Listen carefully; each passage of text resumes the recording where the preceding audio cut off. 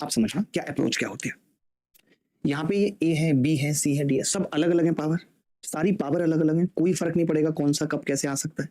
मुझे एक बात समझ में आई कि मैं एक की कितनी भी पावर करूंगा वो ऑड आएगा, आएगा ही नहीं आएगा, आएगा। अगर मैं 3 की कितनी भी पावर करूंगा वो भी ऑड आएगा, आएगा।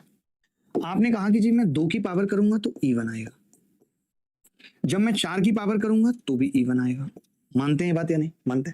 तो आपने देखा कि ऑड प्लस ऑड और इवन प्लस इवन यानी जो भी जोड़ के आएगा वो इवन आएगा, इवन आएगा। इवन का मतलब क्या है? यूनिट डिजिट इवन है। और हम ये जानते हैं कि 10 से भाग करने पे जो रिमाइंडर होता है वो यूनिट डिजिट ही होता है या नहीं? तो मैं ये समझ गया कि रिमाइंडर में जो पॉसिबिलिटी है वो 0, 2, 4, 6, 8 की है, कुछ भी आ सकता है, इवन में कुछ भी आ सकता है। तो कितने तरीके के रिमाइंडर बच सकते हैं? तो आपने कहा जी 5 तरीके के रिमाइंडर आ सकते हैं। 5 तरीके के रिमाइंडर हो सकता है, संख्या 10 से पूरी कट जाए, लास्ट में 0 हो।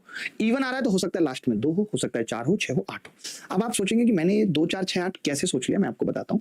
क्योंकि मुझे मालूम है कि चलिए ठीक है, यहां तो 1 आएगा, 4 वैल्यू इवन की यहां पॉसिबल है, 4 वैल्यू ऑड की यहां पॉसिबल है और 2 वैल्यू इवन की यहां पॉसिबल है। तो मैं समझ गया कि जब इतनी वैल्यू पॉसिबल है तो उन सबको जोड़ के आखिरी में 0, 2, 4, 6, 8 कुछ भी बनाया जा सकता है। मुझे ये पता चल गया ये इवन बनेगा।